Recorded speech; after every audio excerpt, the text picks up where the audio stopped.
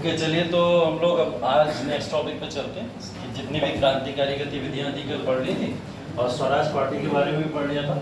स्वराज दल से रिलेटेड बहुत सारे समूह निकले थे, उन समूह के बारे में हम लोग डिस्कस कर चुके थे, ठीक है। और कई सारी क्रांतिकारी गतिविधियों के अंदर इंपॉर्टेंट केसेस मैंने आपको बताए थे, जो जो इम्पोर्टेंट उस समय में घटनाएं हुई थी, उन घटनाओं के बारे में भी जान गया, है ना। जिसके अंदर इंपॉर्टेंट कुछ घटनाओं में जैसे काकोरी के बारे में पढ़ा था, लाहौर कॉन्स्पिरेसी पढ़ी, दिल्ली कॉन्स्पिरेसी पढ़ी थी, ये इस तरीके के कुछ ऐसे षड्यंत्र हम लोग ने पढ़े थे, है ना। तो वो दो फेज हैं रिवोल्यूशनरी एक्टिविटीज के, दोनों फेज खत्म हो चुके हैं। अब रिवोल्यूशनरी गतिविधियों जैसा कोई फेज नहीं बचेगा। कुछ किसानों के आंदोलन या फिर ट्रेडर्स आंदोलन, कुछ हल्के फुल्के पीजेंट मूवमेंट्स बचे हुए, वो भी आगे टॉपिक आएगा तब देख लेंगे। फिलहाल आगे के टॉपिक पे चलते हैं। यहाँ से शुरू हो जाता है लॉर्ड इरविन का कार्य, ठीक है। आज के जो आपके दो टॉपिक हैं, उन दो टॉपिक की हम लोग चर्चा करने वाले हैं। पहला है आज का साइमन कमीशन, ठीक है। पहला टॉपिक आज का है साइमन कमीशन और दूसरा टॉपिक आज का है नेहरू रिपोर्ट, ठीक है।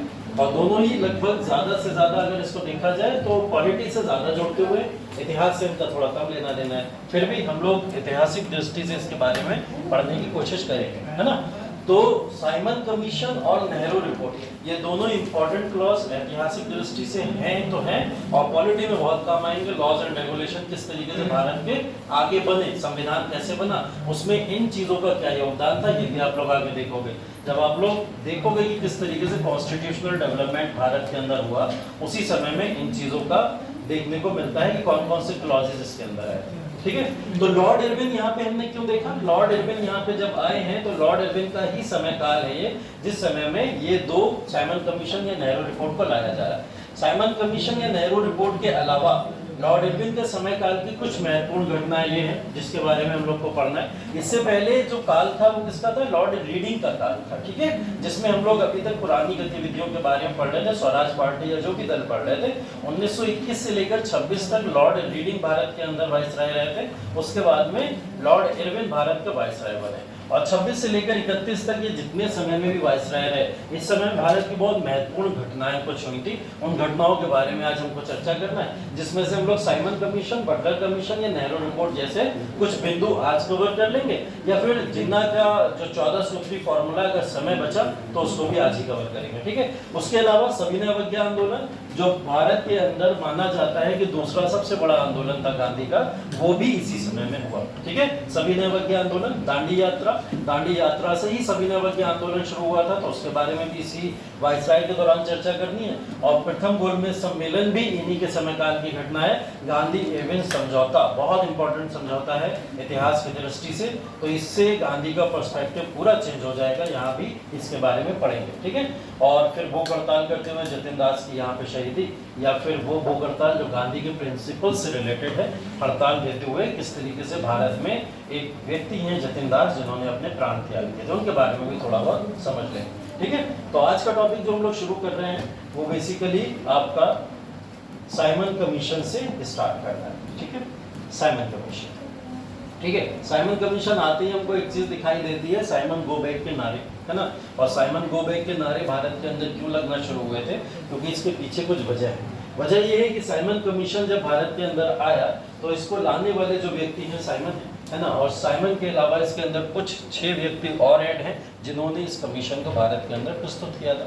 वो 7 नाम क्या क्या है, वो नाम आपके लिए बहुत इंपॉर्टेंट नहीं है, फिर भी मैं आपको लिखा दूंगा वो 7 नाम क्या क्या है ना।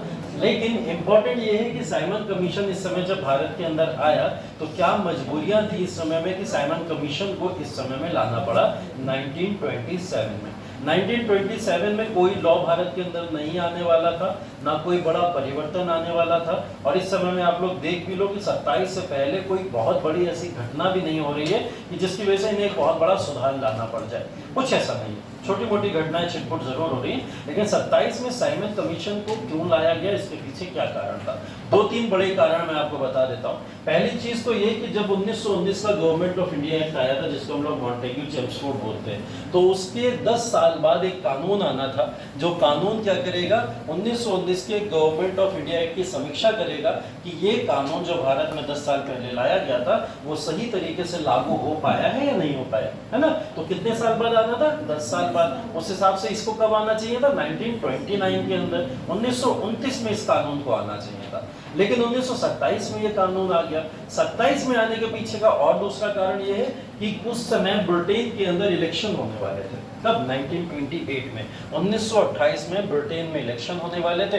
दो पार्टीज थी, कंजर्वेटिव पार्टी और लेबर पार्टी। इस समय सरकार वहां पे कंजर्वेटिव पार्टी की थी और वहां पे आशंकाएं जताई जा रही थी कि लेबर पार्टी अपनी सरकार बना लेगी, है ना। एक उम्मीद बन रही थी कि लेबर पार्टी अपनी सरकार बना लेगी। अब लेबर पार्टी का मतलब मजदूरों की पार्टी, मार्क्सवादी विचारधारा, और ऐसी विचारधारा भारत की आज़ादी देने के पक्ष में उतर आएगी। ऐसा हुआ कि 1947 के समय भारत की आज़ादी के समय लेबर पार्टी का ही दौर देखा है हमने, है ना।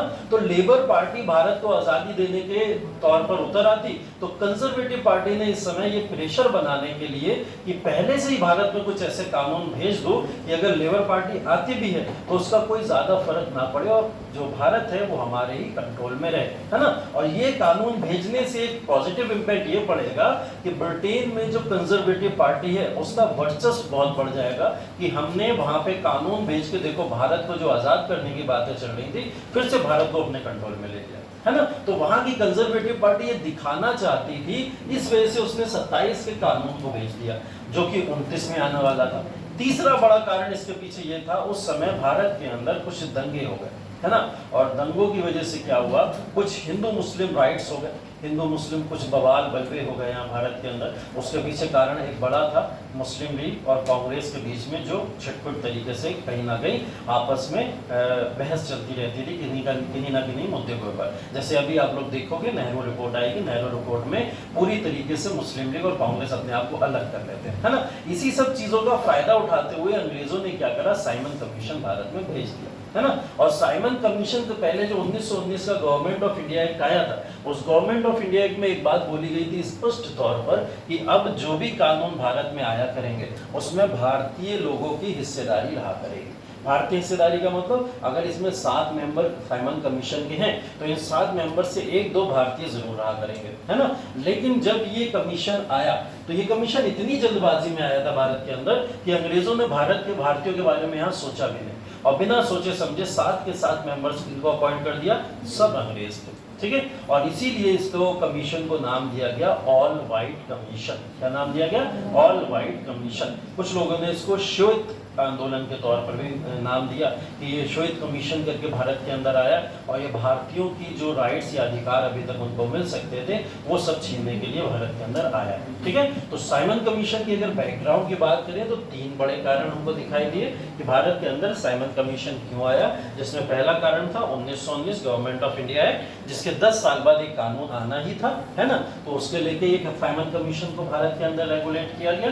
दूसरा, इंग्लैंड में क्या है, जनरल इलेक्शंस थे उस समय, वहां पे कंजर्वेटिव पार्टी हार सकती थी, इस वजह से उन्होंने अपने बचाव करने के लिए भारत के अंदर एक कमीशन भेज दिया। और तीसरा, भारत के अंदर हिंदू मुस्लिम राइट्स हो चुके थे, जो दंगे हो रहे थे उसका फायदा अंग्रेजों ने यहाँ पे उठाया कि अगर हम अभी कोई कमीशन भेज देंगे तो हिंदू मुस्लिम तो आपस में भी लड़े हुए हैं, तो किस तरीके के कोई आंदोलन कर पाएंगे। तो ये सब चीज़ों का फायदा उठाते हुए उन्होंने क्या करा, साइमन कमीशन भारत के अंदर भेज दिया। तो पहली चीज़ तो हमें ये स्पष्ट हो गई कि साइमन कमीशन कौन से ऑब्जेक्टिव के साथ में भारत के अंदर आया था, और वो ऑब्जेक्टिव टोटली राजनीतिक ऑब्जेक्टिव था और भारत के अंदर एक और डिवीजन क्रिएट करने का इन लोग की मंशा थी। इस वजह से ये साइमन कमीशन को भारत में लेकर आए। यहाँ तक क्लियर, ठीक है। अब थोड़ा सा आगे बढ़ते हैं। साइमन कमीशन जब भारत के अंदर आया तो इसका विरोध होना शुरू हो गया। विरोध पहला तो इस बात पे शुरू हुआ कि सब इसके अंदर सफेद या व्हाइट लोग, है ना, सारे के सारे ऑल व्हाइट है। और व्हाइट के मतलब ये है कि भारतीय लोगों को फिर से प्रतिनिधित्व नहीं मिलेगा, ये अपनी रिपोर्ट फिर सौंपेंगे आगे और इसके अंदर उन सारी बातों पर फिर चर्चाएं की जाएंगी जो 9 में भी देख चुके हैं, 19 में भी देख चुके हैं, ऐसे कानून जो पहले आ चुके हैं वही कानूनों को रिपीट करेंगे ये लोग, है ना। तो इस बात को चैलेंज करते हुए भारतीयों ने क्या करें, आंदोलन करना शुरू कर दिया। अब ये जब आंदोलन धीरे धीरे आगे बढ़े तो ये आंदोलन इतना ज़्यादा प्रभावी तरीके से एक्टिव हो गया कि इस आंदोलन के अंदर, जैसे मैंने हमेशा बताया है कि लीडर्स जो होते हैं वो क्षेत्रीय इलाकों को क्या करते हैं, लीड करते हैं, है ना। ऐसे कुछ इलाकों पे अलग अलग लीडर्स क्या हुए, अपॉइंट हो गए और उन्होंने साइमन कमीशन के विरोध में एक नया आंदोलन चलाना शुरू कर दिया, जिसको गो बैक साइमन के नारों के साथ में चलाया जा रहा था। ठीक है, साइमन वापस जाओ, गो बैक साइमन, यही सब नारे उस समय में लग रहे थे। वहां पे एक लीडर है लाला लाजपत राय, जिनके बारे में हम लोग पीछे हल्का फुल्का कुछ पढ़े थे। लाला लाजपत राय जो है वो इस समय में पंजाब से और लाहौर के इलाके से इस पूरे मूवमेंट को लीड कर रहे थे। इस साइमन कमीशन को वापस भेजने के लिए एक आंदोलन चला रहे हैं, जिसमें पंजाब और लाहौर के इलाके से लाला लाजपत राय इसको लीड कर रहे हैं। उसी समय में वहीं पे लाला लाजपत राय के ऊपर क्या हुआ था, वो हमला हुआ और हमला करने वाले पुलिस अधिकारी, कल मैंने आपको बताया था कि इंस्पेक्टर था स्कॉट नाम का, है ना। स्कॉट नाम के व्यक्ति ने उनके ऊपर लाठी से प्रहार किया था और उस लाठी के प्रहार के बाद में लाला लाजपत राय घायल हुए और घायल होने की अवस्था के बाद में उनकी वहाँ पे मृत्यु हो गई, है ना। और इस कमीशन ने जैसे ही लाला लाजपत राय की मृत्यु होती है, मामला इतना गंभीर हो गया भारत के अंदर कि लाला लाजपत राय की मृत्यु लगभग पूरे भारत को इस समय में हिला दी। क्योंकि आपको याद होगा बाल गंगाधर तिलक तो अपनी मौत से मरे थे, तो सोचो क्या बवाल हुआ था भारत के अंदर, और लाला लाजपत राय की तो हत्या की गई है, तो ये बवाल तो और बढ़ने वाली चीज है ना। तो इस समय में लगभग ये आंदोलन पूरे भारत में फैल गया तेजी से, कि इसके विरुद्ध में आंदोलन इतना तेज फैल गया कि अब सारे भारतीय अंग्रेजों के खिलाफ में खड़े हुए दिखाई देते थे। सब भूल गए हिंदू मुस्लिम बलवे एलवे राइट्स जो चल रहे थे, सब भूल गए और सब लोग एक स्टेज के नीचे आके आंदोलन का विरोध करना शुरू कर देते। ठीक है, आंदोलन के विरोध करते करते भारत के अंदर, क्योंकि साइमन कमीशन का ऑब्जेक्टिव क्या था, वो ये था कि हम भारत के अंदर भारतीयों को प्रतिनिधित्व देने के लिए साइमन कमीशन लेके आए। क्या बताया उन्होंने, हम भारतीयों को प्रतिनिधित्व देने के लिए साइमन कमीशन को लेके आए। तो बोले कैसा प्रतिनिधित्व होगा, बोले प्रतिनिधित्व ऐसा होगा जिसके अंतर्गत भारतीयों को संविधान बनाने की प्रक्रिया शुरू करवा दी जाएगी। अब वो अपना संविधान बनाएंगे और संविधान अगर भारतीय बनाना शुरू कर देंगे, अपना भारतीय नहीं बनाएंगे सिर्फ, उनके साथ अंग्रेज भी रहेंगे। पैनल में कौन कौन रहेगा, अंग्रेज भी रहेंगे। जब साइमन कमीशन में साथ के साथ अंग्रेज चले आ रहे हैं, तो संविधान बनाने की प्रक्रिया में भी अंग्रेज ही रहेंगे। तो उन्होंने बोला हम आपको सहयोग करेंगे संविधान बनाने के लिए, और संविधान बनाया जाएगा। साइमन कमीशन ये प्रतिनिधित्व करेगा इस चीज का और संविधान बनाने में आपकी मदद करेगा। भारतीयों ने इस बात को नकार दिया, हम साइमन कमीशन को नहीं एक्सेप्ट करते, अगर हमें संविधान बनाना होगा हम सब भारतीय सदस्य मिलकर संविधान बना लेंगे, हमें ऐसी परमिशन चाहिए, है ना। तो साइमन कमीशन का इस बात पे विरोध भी होना शुरू हो गया। तो वो प्रतिनिधित्व जो ये लोग लेना चाहते थे संविधान बनाने का, वो प्रतिनिधित्व भारतीयों ने यहाँ पे छीनने की कोशिश करी।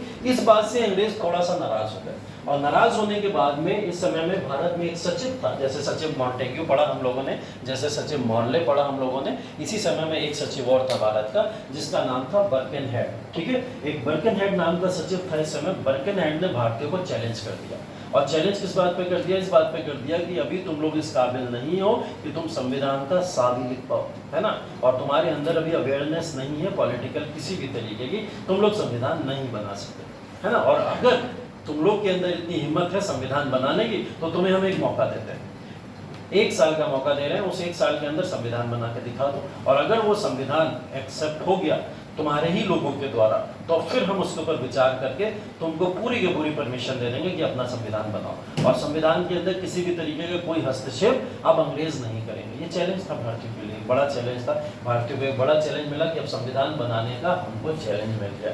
तो संविधान बनाने का जैसे ही भारतीयों को चैलेंज मिला, भारतीयों ने तुरंत उसको लपक के लिया और ठीक है चलो हम इस चैलेंज को एक्सेप्ट करते हैं। और इस चैलेंज को एक्सेप्ट करने के बाद में एक कमेटी तुरंत गठित कर दी गई, जिसको बोला जाता है नेहरू कमेटी। ठीक है, आगे चल के हमका दूसरा टॉपिक क्या था, नेहरू कमेटी था। तो ये जो साइमन कमीशन आया, इसके विरोध में जो सारे भारतीय खड़े हो गए जिन्होंने इसका विरोध किया, उसी को चैलेंज करते हुए अंग्रेजों ने क्या बोला, साइमन कमीशन का जब आप विरोध कर रहे हो तो कानून खुद बना के दिखा दो।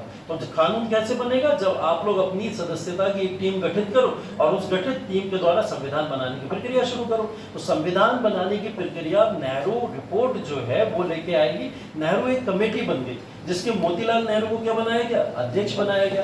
इसमें और जो मेंबर्स थे जो जुड़े हुए थे, उन मेंबर्स में जैसे सुभाष चंद्र बोस इसका एक पार्ट थे। ठीक है, सुभाष चंद्र बोस सबसे पहली बार यहाँ पे बहुत अच्छी तरीके से पॉलिटिकली एक्टिव दिखाई देते हैं। इससे पहले हल्का फुल्का दिखाई दिए कहीं ना कहीं, लेकिन यहाँ पे पूर्ण रूप से पॉलिटिकली एक्टिव होके आ गए, है ना। और उन्होंने क्या करा, इस कमेटी के सदस्य बने कौन, सुभाष चंद्र बोस। सुभाष चंद्र बोस के बाद तेज बहादुर सप्रू, इसके एक और पार्ट थे जिनका नाम है तेज बहादुर सप्रू। तेज बहादुर सप्रू भी इसके पार्ट बने, ठीक है।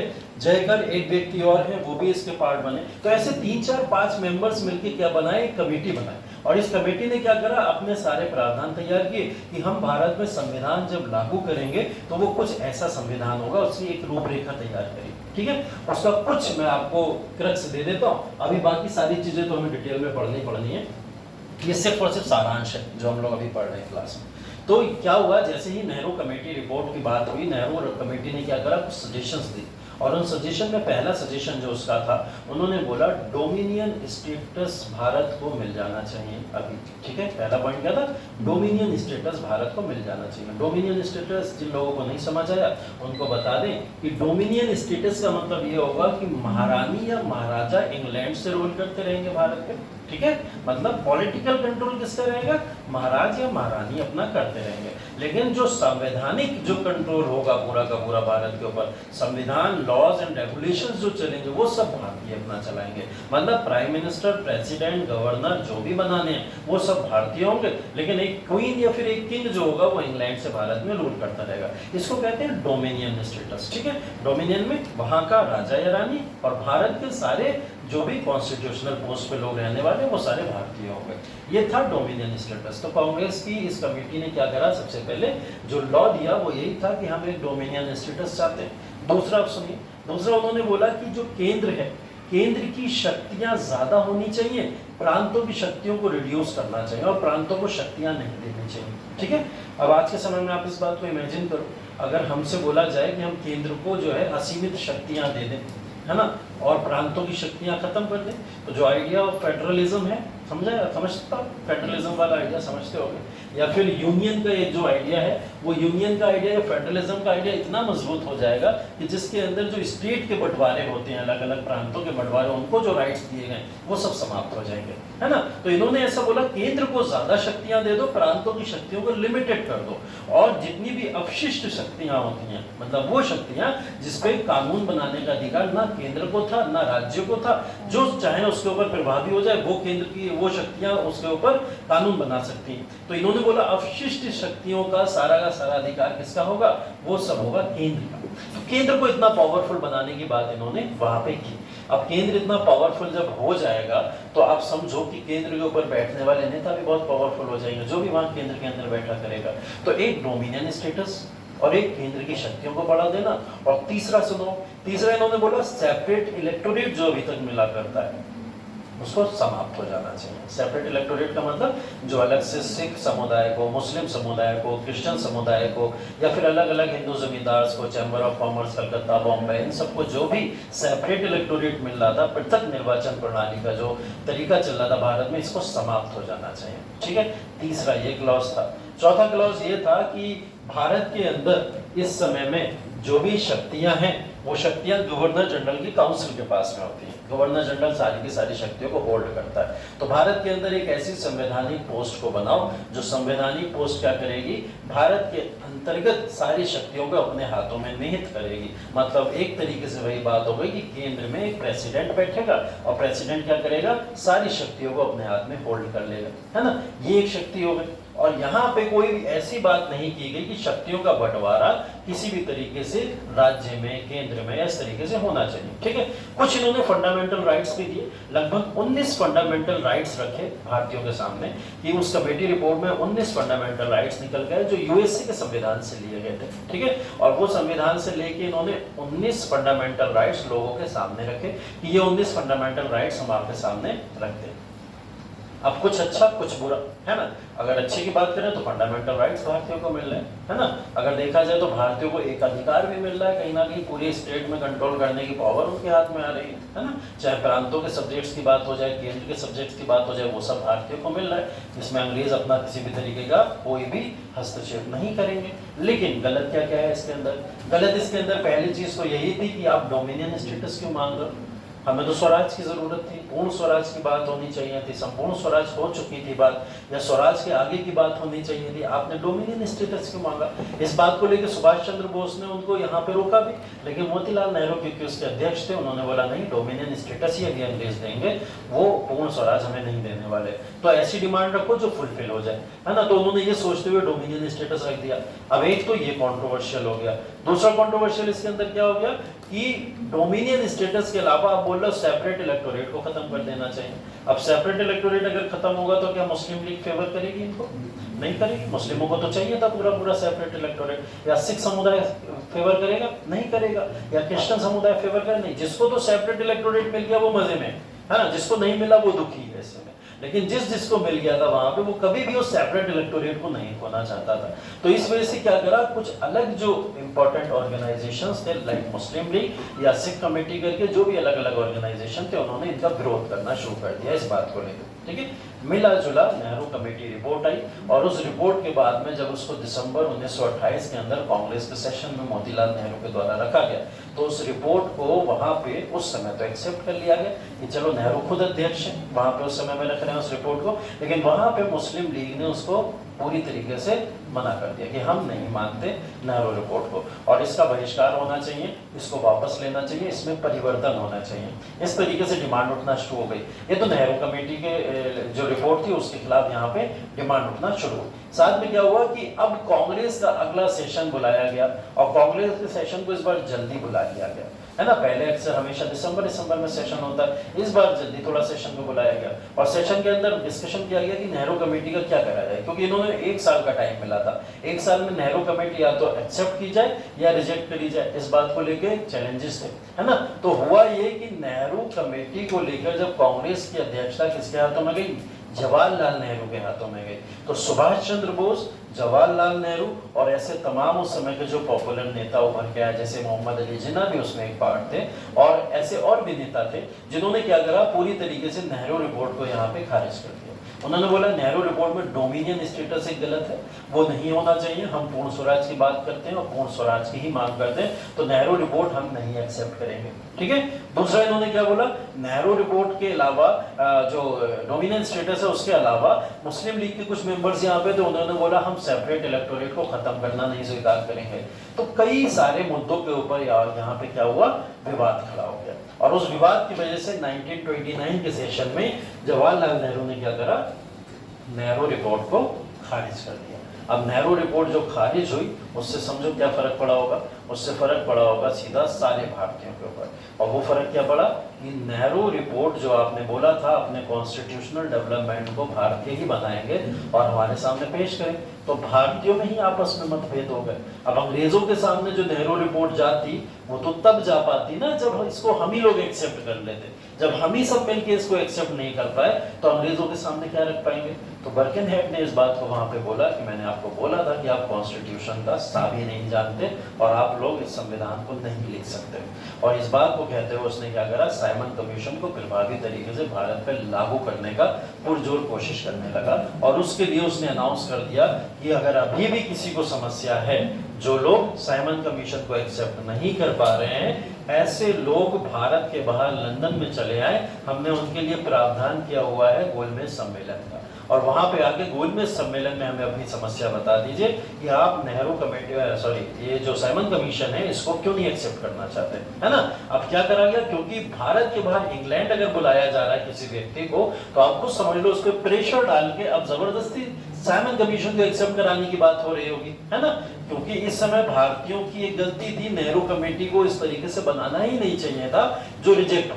ऐसा कुछ बनाते कि सभी भारतीय एक्सेप्ट कर लेते, बाद में तो सब मिलकर लड़ लेते, जो भी होता, है ना। तो अगर उसके अंदर ऐसे क्लॉजेस आए होते जिस क्लॉजेस के थ्रू भारतीयों की ये रिपोर्ट एक्सेप्ट हो गई होती, तो शायद ना गोलमेज सम्मेलन होता और ना सिविल डिसोबीडियंस मूवमेंट जैसा इतना बड़ा आंदोलन भारत में चला होता, है ना। कॉन्स्टिट्यूशनल डेवलपमेंट का भारत को एक अधिकार मिल गया होता और कॉन्स्टिट्यूशनल डेवलपमेंट भारत के अंदर चलते रहते, लेकिन ऐसा नहीं हुआ, है ना। इसके लिए गोलमेज सम्मेलन बुलाए गए, और गोलमेज सम्मेलन के अंदर क्या बोला गया कि भारतीय जो भी हैं, जिनको भी साइमन कमीशन से जरा भी शिकायत है, वो लोग भारत के बाद लंदन के अंदर आए और लंदन में आके क्या करें, अपनी रिपोर्ट में दे दें। ठीक है। अब कांग्रेस ने उससे हाथ खड़े कर लिए, कांग्रेस बोली हम नहीं जाएंगे।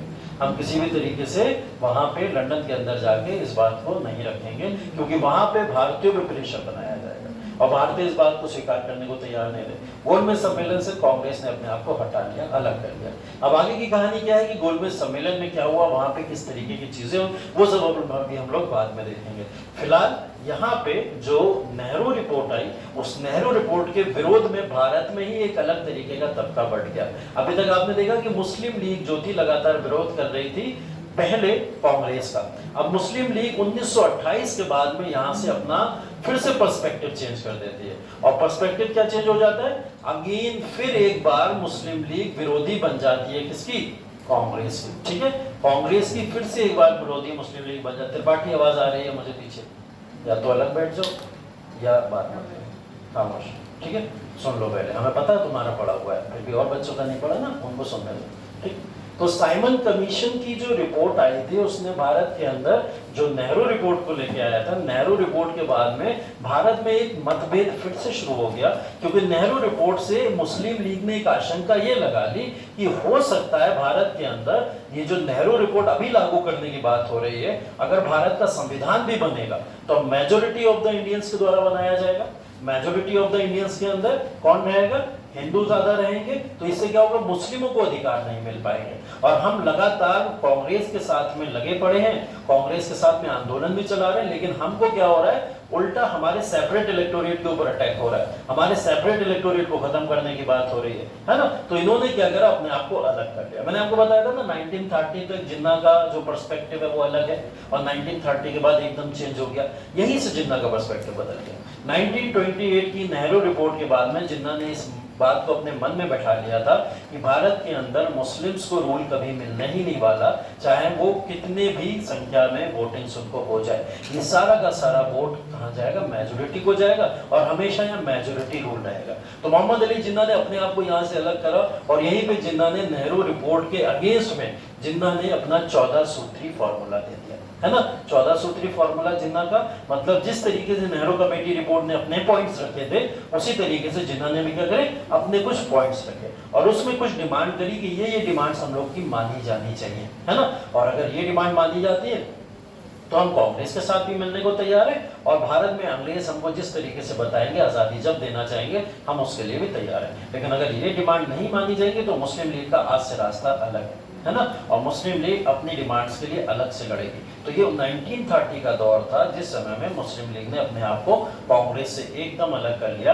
अब वो ना तो कभी कांग्रेस के साथ मिलेगी जाके, और ना ही आज़ादी तक की बात करेंगे, तो ना कांग्रेस के साथ कभी वो मिली जाके, और अलग तरीके से अपने आंदोलन को भी चलाया, और जहां जहां मौका मिला वहां उसने दंगे भी कराए, और दंगों के अलावा भारत के मुसलमानों को भड़का के उनको अलग एक नेशन की थ्योरी के अंदर भी झोंक दिया, जिसने आगे चल के पाकिस्तान का एक नया मतलब रखा था। ठीक है, 1930 में डिमांड उठना शुरू हो गई थी कि हमें अपना अलग रिप्रेजेंटेशन चाहिए, अलग प्रतिनिधित्व चाहिए। अलग रिप्रेजेंटेशन 1930 में उठना शुरू हो गया था, लेकिन पाकिस्तान बोर्ड कब आया न्यूज़ में, 1940 के अंदर आया, जब 40 के अंदर डायरेक्ट पाकिस्तान की डिमांड होना शुरू हो गई, है ना। तो ये सारी चीजें सब स्टार्ट कहाँ से हुई, साइमन कमीशन की वजह से ही स्टार्ट हो। तो साइमन कमीशन भारत के अंदर जिस मकसद के साथ में आया था, वो मकसद तो इन्होंने पूरा कर लिया। भारत में एक बहुत बड़ी फूट डालनी थी, वो बहुत बड़ी फूट यहाँ पे डाल दी गई, है ना। तो एक बड़ा पर्सपेक्टिव जो साइमन कमीशन है उसका ये निकल के आता है कि साइमन कमीशन जो अपने ऑब्जेक्टिव लेके आया था, जैसे एक ऑब्जेक्टिव की अगर बात करें कि ये भारत को प्रतिनिधित्व देना चाहता था कॉन्स्टिट्यूशन बनाने का, वो भी पूरा नहीं हुआ। अंग्रेजों ने अपने हाथों में वो सारी की सारी कमांड रखी। दूसरी, भारत के अंदर एक विवाद पैदा कर दो साइमन कमीशन की रिपोर्ट लाके, जिससे आपसी लोग भड़क जाए। अब आप बर्किनहेड का भी दिमाग देखो, उसने कांग्रेस को ही क्यों मौका दिया कि आप जाओ अपना संविधान बनाओ जाके, बोला ना, एक चैलेंज दिया, और चैलेंज देने का मतलब उसको पता थी ये बात बहुत अच्छे से कि ये जो भी अपने क्लॉजेस लेके आएंगे, उन क्लॉजेस की वजह से आपसी मतभेद जरूर होंगे, और वो आपसी मतभेद इनके कभी भी कॉन्स्टिट्यूशन बनाने की प्रक्रिया ही नहीं शुरू करने देंगे, है ना। तो इस वजह से उसने इस समय में इनको चैलेंज दिया, और भारतीयों ने अपनी रिपोर्ट रखी। भारतीय भी उस समय उनके फेवर में कहीं ना कहीं उनके फंदे में आ गए, और वहां पे जैसे इस रिपोर्ट को रखा गया, ये बात क्लियर हो गई कि भारत में भी एक बड़ा बंटवारा होने वाला है। है ना। तो साइमन कमीशन सबकी नींव है। कभी भी आपको अगर लिखने को आ जाए कि 1947 पार्टीशन ऑफ इंडिया, है ना, या इंडिया और पाकिस्तान का जो बंटवारा हुआ था उसके पीछे के कुछ कारण अगर लिखने को आ जाए तो उन कारणों में एक बड़ा कारण साइमन कमीशन का आगमन भी माना जाता है, क्योंकि साइमन कमीशन के आगमन ने जिस तरीके से दो मतों के बीच में एक भेद खड़ा कर दिया था, वही भारत के अंदर आगे चल के पार्टीशन ऑफ इंडिया को देता है ना। तो इसकी वजह से तो नेहरू रिपोर्ट आई। अगर ये नहीं आता तो नेहरू रिपोर्ट भी नहीं आती। नेहरू रिपोर्ट नहीं आती तो जिन्ना अपना 14 सूत्री फॉर्मूला भी नहीं रखते, और जिन्ना अपना फॉर्मूला ना रखते तो मुसलमान और हिंदुओं के बीच में मतभेद क्रिएट नहीं होता, है ना। तो इस तरीके से यहाँ पे बड़ा विभाजन क्रिएट होता है। ठीक है, हेडिंग डाल लो साइमन कमीशन 1927।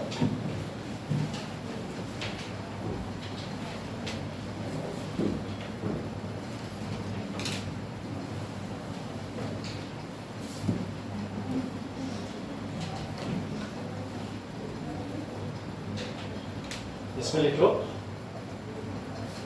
इसमें लिख लो वर्ष 1919, वर्ष 1919 के भारत परिषद अधिनियम, के भारत परिषद अधिनियम की जांच हेतु,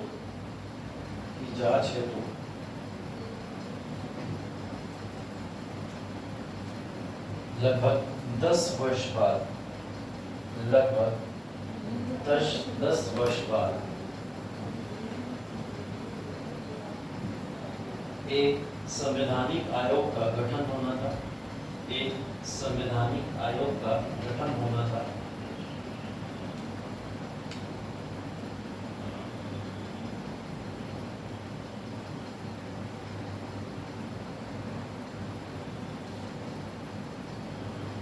जिसके 2 वर्ष पूर्व ही, जिसके 2 वर्ष पूर्व ही, जिसके 2 वर्ष पूर्व ही भारत में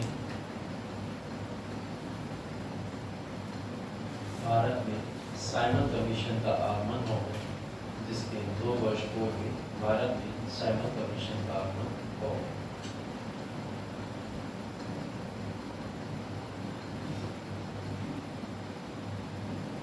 नीचे कारण लिख लो, कारण ब्रिटेन में 1928 में, ब्रिटेन में 1928 में चुनाव होना था, ब्रिटेन में 1928 में चुनाव होना था, जिसमें कंजर्वेटिव पार्टी, जिसमें कंजर्वेटिव पार्टी के हारने की आशंका थी, जिसमें कंजर्वेटिव पार्टी के हारने की आशंका थी, एवं लेबर पार्टी चुनाव जीत सकती है, लेबर पार्टी चुनाव जीत सकती है। दूसरा कारण लिखना इसमें, वर्ष 1927-28 में, वर्ष 1927-28 में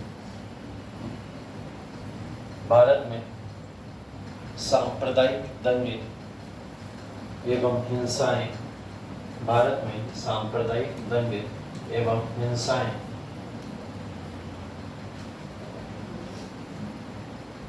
हो रही थी, भारत में सांप्रदायिक दंगे एवं हिंसाएं हो रही थी।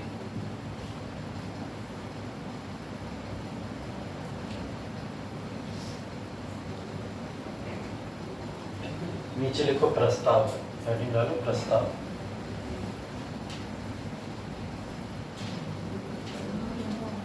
भारत में संवैधानिक सुधारों को लेकर, भारत में संवैधानिक सुधारों को लेकर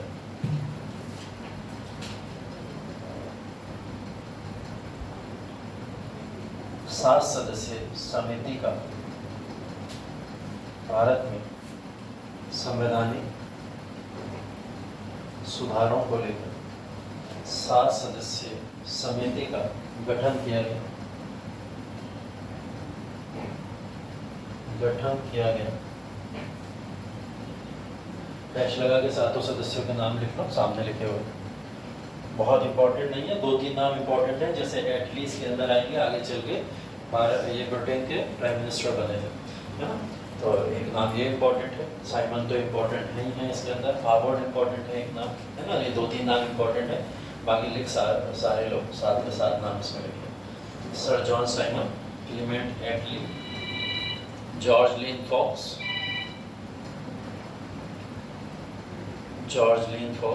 Donald Howard, Edward Cadogan, Vernon Hartshorn और हैरी लेवी लासन।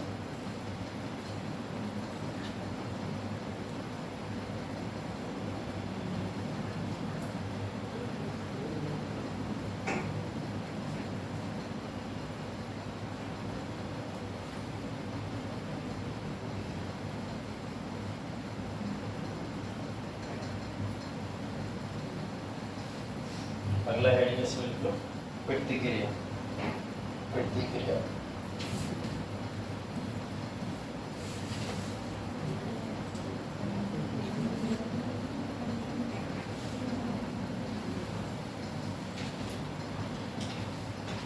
इसमें लिखो, सभी अंग्रेज सदस्य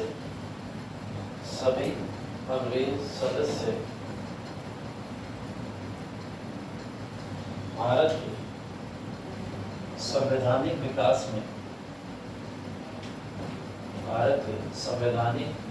में सहायता नहीं कर सकते अर्थात कांग्रेस ने इसे श्वेत कमीशन या ऑल वाइट कमीशन कहते हुए, कांग्रेस ने इसे श्वेत कमीशन या ऑल वाइट कमीशन कहते हुए इसका विरोध किया।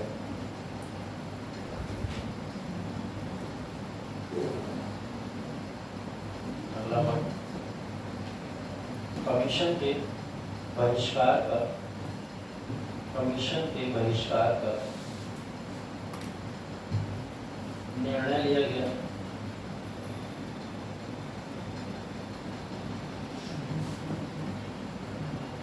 कमीशन के बहिष्कार का निर्णय लिया गया, जिसमें कांग्रेस के अलावा आगे पार्टीज के नाम लिखे हुए जो इनको सपोर्ट किए थे उनके नाम लिख लो। कांग्रेस के अलावा लिबरल फेडरेशन वो ऑर्गेनाइजेशन है जिसको तेज बहादुर सप्रू ने बनाया था भारत की आज़ादी को। मुस्लिम लीग, हिंदू महासभा, किसान मजदूर पार्टी, फिक्की उस समय एक इंडस्ट्रियल ऑर्गेनाइजेशन है जो भी भारत की क्रांतिकारी गतिविधि में पार्ट लिया करता है।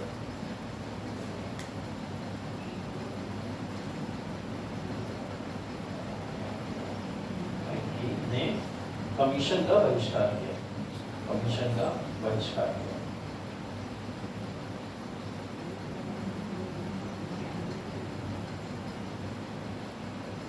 अगला पॉइंट लिख लेना,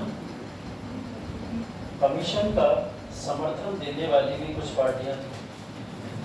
कमीशन का समर्थन देने वाले भी कुछ पार्टियां या दल थे। कमीशन का समर्थन देने वाले भी कुछ दल थे। मतलब साइमन कमीशन का वेलकम किया था इन लोगों ने, जो नाम अब आप लोग लिखने जा रहे हैं, जिसमें मद्रास की जस्टिस पार्टी,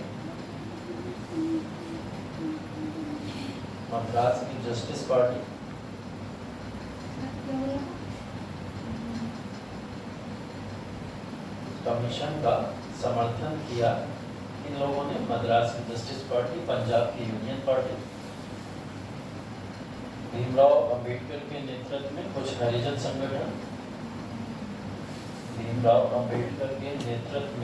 हरिजन संगठन, ऑल इंडिया अछूत फेडरेशन, ऑल इंडिया अछूत फेडरेशन और मोहम्मद शफी के नेतृत्व में मुस्लिम लीग का एक गुट।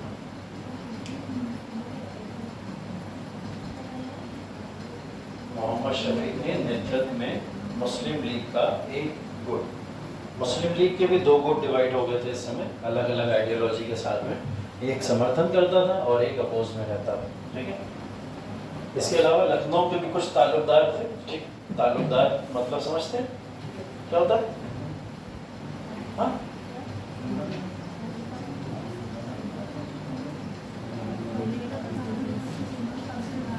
ताल्लुकदार जिनके पास ताल्लुकें होती हैं उनको ताल्लुकदार बोलते हैं। अब ताल्लुकें क्या होती हैं? वर्तमान समय में विकास खंड जो होता है वो तालुका बोर्ड के अधिकार में वर्तमान शासन दृष्टि देखें, जिला स्तर पर जिला पंचायत तालुका स्तर पर जो भी विकास खंड स्तर पर एक इलेक्ट्रिक इसको मुख्य बांटते थे, तहसील को भाग कर मुझे उस समय में जो भी प्रिंसली स्टेट्स टाइप के जो भी राज्य होते थे, उन राज्य या रजवाड़ों से कुछ लोग निकले थे जो अलग अलग अपने ताल्लुक बना के रहा करते थे, ताल्लुकदार कहलाते थे, ठीक है। तो लखनऊ के ऐसे ही कुछ ताल्लुकदारों ने भी इनका सपोर्ट किया था, ठीक। तो इस तरीके की ये जो है कुछ लोगों ने इनका विरोध भी नहीं किया और सपोर्ट भी किया, तो इसकी वजह से भारत में एक अलग कहीं ना कहीं मुहिम चल पड़ी थी, ठीक है। लेकिन जो लोग खुल के विरोध कर रहे थे वो नाम तो आप लोग ने देख लिए।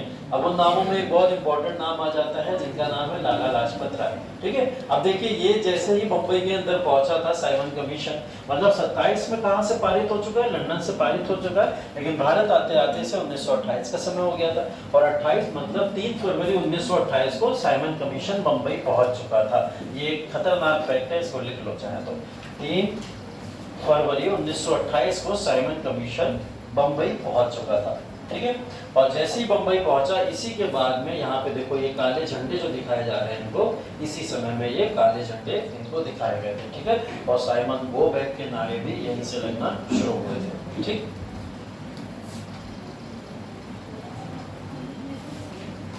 अब देखिए कहाँ से, मैंने जैसे बोला था क्षेत्रीय कुछ लीडर थे जो इस आंदोलन को लीड कर रहे थे, जिसमें लखनऊ से इस समय गोविंद वल्लभ पंत या फिर जवाहरलाल नेहरू जैसे लोग इस आंदोलन को लीड कर रहे हैं। अब लीडर्स लिख लो कहाँ से कौन कौन इस आंदोलन को लीड कर रहा है। जैसे लखनऊ में लिख लो साइमन कमीशन का विरोध कर रहे थे जवाहरलाल नेहरू और गोविंद वल्लभ पंत, और साथ में खलीकुज़्ज़मान,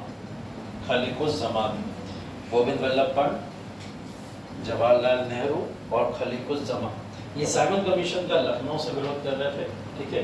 मद्रास, अगला लिखो मद्रास से टी प्रकाशन इसका नेतृत्व कर रहे थे।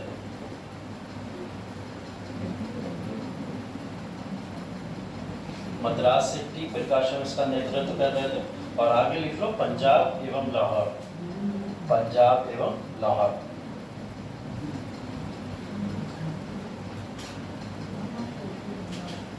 पंजाब एवं लाहौर, और पंजाब एवं लाहौर से कौन कर रहा है, लाला लाजपत राय। लाला लाजपत राय को शेर पंजाब किसने बोला था, बताओ। तुम्हें तो बोले अभी शेर पंजाब,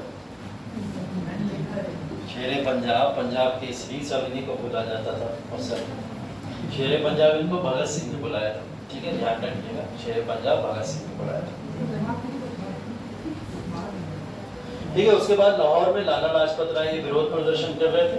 31 अक्टूबर 1928 को इनके ऊपर हमला हुआ और उस हमले में ये चोटिल हुए, बुरी तरीके से चोटिल हो गए थे, जिसके बाद ये हॉस्पिटलाइज्ड हुए और ज़्यादा दिन सर्वाइव नहीं कर पाए। और 17 नवंबर 1928 को इनकी डेथ हो गई थी, ठीक है। 17 नवंबर 1928, ये दोनों डेट भी लिख लो। 31 अक्टूबर 1928 को लाठीचार्ज हुआ इनके ऊपर और 17 नवंबर 1928 को इनकी मृत्यु हो गई थी, ठीक है। पुलिस अधीक्षक तो पता ही आपको कौन था, स्कॉट था, ठीक है। इस समय में कल नाम बता ही चुके हैं इसके बारे में आगे।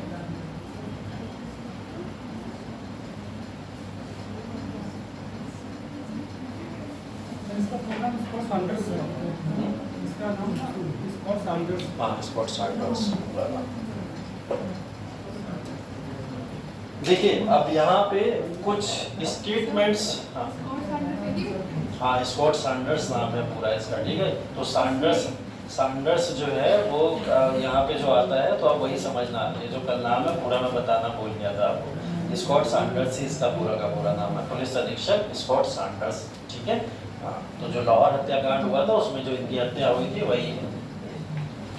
देखिए इसके बाद में कई सारे ऐसे स्टेटमेंट लगातार आते रहते हैं जिन स्टेटमेंट में पूछा जाता है ये किसके द्वारा दिया गया स्टेटमेंट है। स्टेटमेंट लिख देता है, आजकल नया दौर चला है, एक स्टेटमेंट लिख के पूछ लेता है किसके द्वारा बोला गया ये स्टेटमेंट था, है ना। या कुछ भी इस तरीके के क्वेश्चन पूछे जा सकते हैं। अब ये जो लाठी का प्रहार इनके ऊपर हुआ था उसके बाद में इन्होंने इस बात को बोला था कि मेरे ऊपर जो भी लाठी चली है उस वही लाठी एक दिन ब्रिटिशर्स के लिए आखिरी कहीं ना कहीं उन्हीं के मैयत बनने वाली, है ना। इस तरीके से इन्होंने जो स्टेटमेंट दिया था वो स्टेटमेंट यहाँ पे काफ़ी पॉपुलर हुआ। इनकी मृत्यु के बाद में सब ये स्लोगन्स लेके घूमा करते थे कि लाला लाजपत राय की हत्या ही ब्रिटिश के भारत में अंतिम कुछ क्षण है ना। तो इस बात को किसने बोला था, लाला लाजपत राय ने स्वयं बोला था। और एक ऐसा ही मिलता जुलता और स्टेटमेंट है जहाँ पे फिर से एक लाठी के बारे में जिक्र हो रहा है ना। और उस स्टेटमेंट में बोला गया था कि लाला लाजपत राय पे चलाई गई लाठी, है ना, या मुझ पर चलाई गई लाठी का बदला मैं जीवित या अजीवित रहते भी ले लूंगा, है ना। इस तरीके का एक स्टेटमेंट है। अब ये स्टेटमेंट लाला लाजपत राय ने नहीं बोला, ठीक, ये स्टेटमेंट लाला लाजपत राय ने बोला है, ये स्टेटमेंट भगत सिंह ने बोला था। और भगत सिंह क्योंकि मैंने बताया था इनके बहुत बड़े फॉलोअर थे, है ना, और फॉलोअर के तौर पर इनको माना करते थे काफी। तो उन्होंने क्या करा था, इनसे रिलेटेड एक बुक लिखी और उस बुक के अंदर जो भी प्रकाशन किया था उसमें उन्होंने उनकी भाषा को उपयोग किया था जो लाला लाजपत राय बोल रहे हैं अपने शब्दों में उस तरीके से बोलने की कोशिश करी। तो ये क्वेश्चन भी एक बार पूछा गया था तो कुछ लोगों ने कंफ्यूज होकर वहां पे लाला लाजपत राय लगा दिया क्योंकि उस पर लिखा था मुझ पर हुई लाठी का, है ना, बदला, है ना, मैं जीवित या अजीवित रहते हुए भी ले लूंगा। तो लोग इस तरीके से कंफ्यूज हो गए। तो इस स्टेटमेंट को भी ध्यान रखिएगा, यही स्टेटमेंट है जो लाला लाजपत राय ने अपनी मृत्यु से पहले दिया था। अदरवाइज लाठी से रिलेटेड कोई भी स्टेटमेंट आ जाए वो इनके नहीं है ना, कोई भी स्टेटमेंट आ जाए इनके नहीं, ठीक। चलिए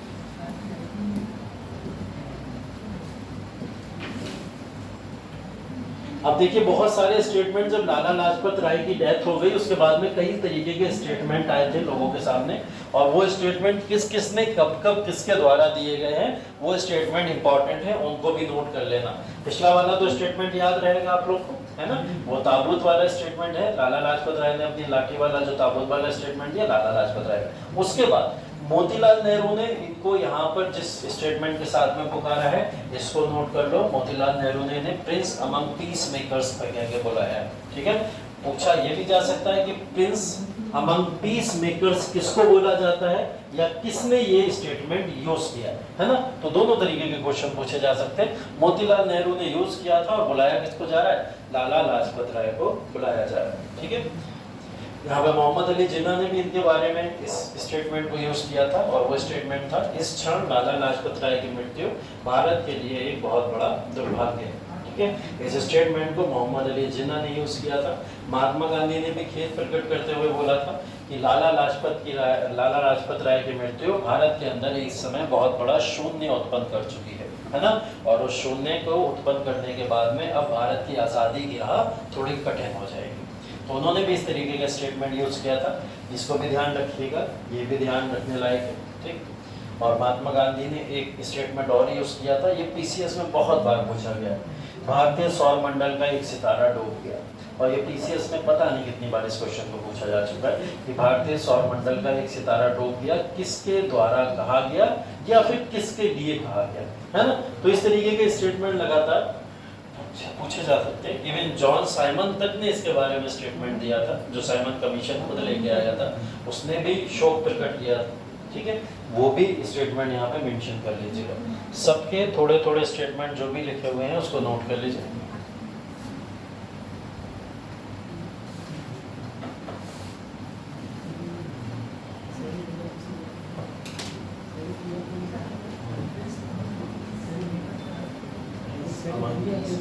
मतलब जितने भी लोग शांति पैदा कर रहे हैं देश के अंदर उन सबका प्रिंस जो है राजा।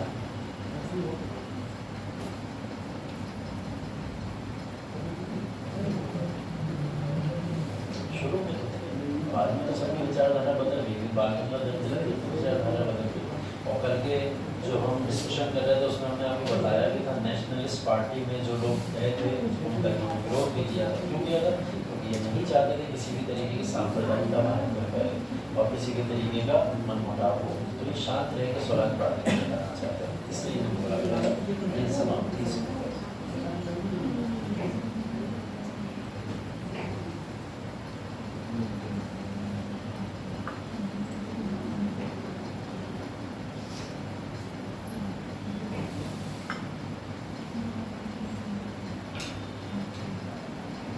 सर एक क्वेश्चन था मेरा छोटा सा।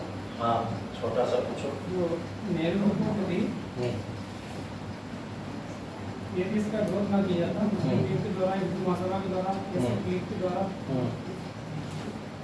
तो उसमें भारत की जो विधायी देश थी उसमें क्या चीज़ें सब क्या देखो, नेहरू रिपोर्ट ने एक चीज ये बोली थी कि केंद्रों को ज्यादा शक्तियां दे दो, है ना, और जो प्रांत है उनको कम शक्तियां मिलनी चाहिए।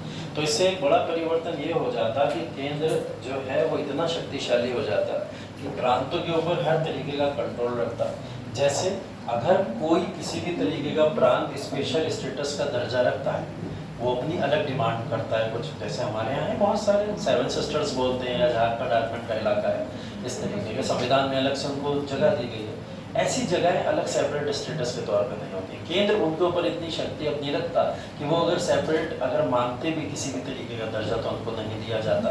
आपने देखा होगा कि बहुत सारे ऐसे समुदाय के लोग हैं जिनको राज्यसभा में स्वतः ही चुन के ले आया जाता है ना, या फिर कुछ विधान परिषदें विधानसभाओं में उनको स्वतः ही चुन के लिया जाता है, क्योंकि वो समाज में बहुत पिछड़े वर्ग हैं। ऐसे लोगों को फिर सामने नहीं लाया जाता, वो कभी उजागर नहीं हो पाते।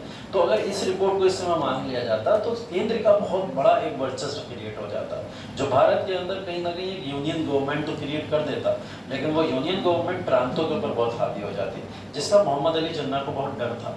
उनको डर क्या था कि उत्तर पूर्व और उत्तर पश्चिम का जो इलाका है वो मुस्लिम मेजोरिटी का इलाका है, और मुस्लिम उत्तर पूर्व की अगर हम लोग बात करें तो ये वो इलाका हो गया पाकिस्तान, कश्मीर वाला जो भी इलाका हो गया। पश्चिम की बात करें तो ये असम म्यांमार का इलाका, ये सब हो गया। तो इन्होंने बोला अगर सारे अधिकार इस समय केंद्र को दे दिए, हम तो प्रांतों में ही मेजोरिटी में है ना मुस्लिम्स जो भी हैं, तो क्या होगा, ये प्रांतों पर अपना कंट्रोल रखेंगे, तो मुस्लिम्स अपने राइट्स मांग भी नहीं पाएंगे अगर प्रांतों को अधिकार नहीं मिलेंगे।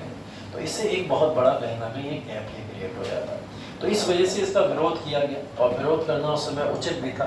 हालांकि जो बात केंद्र की ज्यादा सशक्तिकरण की है, इस बात को कांग्रेस ने नहीं उठाया था, इस बात को मोहम्मद अली जिन्ना ने उठाया था। कांग्रेस ने तो ये बोला डोमिनियन स्टेटस नहीं, आप भारत को शक्तियां दे दो, चाहे केंद्र को मिले चाहे प्रांतों को मिले, लेकिन अंग्रेजों को कोई शक्ति नहीं मिलनी चाहिए। कांग्रेस की यही डिमांड थी, है ना। तो एक बड़ा परिवर्तन आता, शायद नेशन जिस तरीके से आज चल रहा है वैसा ना चल पाता, तो स्टेट्स को जो है जबरन दबाए जाने वाली कुछ ना कुछ परंपरा चल जाती। और ऐसे बहुत सारे जो आप देखते हो चेंजेस हुए, जैसे हमने देखा कि कुछ समय पहले तेलंगाना आंध्र प्रदेश अलग हो गए अपने मुद्दे को लेकर, उत्तर प्रदेश उत्तराखंड एक समय अलग हो गए थे कुछ मुद्दे को लेकर, है ना। तो ऐसे जो चीजें हैं वो स्टेट्स अपने ऊपर कोई डिसीजन ले ही नहीं पाती, केंद्र चाहता तो लेगा, नहीं चाहता नहीं लेता। और सबसे बड़ा प्रॉब्लम पता क्या होता है, प्रिंसली स्टेट्स का होता है। प्रिंसली स्टेट्स जो जैसे तैसे करके फाइनली वहां पे जाके सरदार वल्लभ भाई पटेल इतनी कोशिश करके जो मिला पाए वो नहीं मिल पाते, है ना। बहुत बहुत प्रॉब्लम्स क्रिएट हो जाती है, इस वजह से ऐसी चीजें नहीं हो पाती। ठीक है, नाराज हो जा ठीक है, आगे देखो। इसके बाद साइमन कमीशन द्वारा रिपोर्ट सौंपी गई उसके बाद में, और साइमन कमीशन ने अपनी रिपोर्ट सौंपी, और सौंपते हुए इन्होंने क्या करा था, इन्होंने बोल दिया था वही चैलेंज की जो मैं बात कर रहा था आपको, अपनी रिपोर्ट भारत में सौंपी, भारतीयों ने रिजेक्ट कर दी, कांग्रेस ने रिजेक्ट कर दी, और तमाम जो भी लीग्स इनसे जुड़ी थी उन्होंने रिजेक्ट कर दी। अब हुआ क्या उसके बाद में कि इन्होंने एक चैलेंज भारतीयों के सामने रख दिया कि अब आप लोग अपना संविधान खुद बनाएं, है ना, हमें उससे कोई मतलब नहीं। लेकिन आपको डेट नोट करनी है तो नोट कर लीजिए, ये दूसरी बार भारत के अंदर आया अब अक्टूबर 1928 में। ठीक है, पहली बार जो आया था वो तो डेट नोट कर ली थी आपने, फरवरी 1928। दूसरा दौरा इसने किया अक्टूबर 1928 में। ठीक है, और मई 1930 में अपनी रिपोर्ट प्रस्तुत की, और 27 मई 1930 को ये प्रकाशित हो गई। ठीक है, प्रकाशित होने का मतलब ये होता था लागू हो जाना, है ना। तो ये लागू हो गई। इस लागू होने के बाद भारत में बड़ा प्रदर्शन हुआ, जिसकी वजह से इन्होंने क्या करा, इस रिपोर्ट को अभी होल्ड कर दिया था। दोबारा ये अक्टूबर 1928 में, मई 1930 में रिपोर्ट प्रस्तुत हुई और 27 मई 1930 को इसको प्रकाशित कर दिया गया।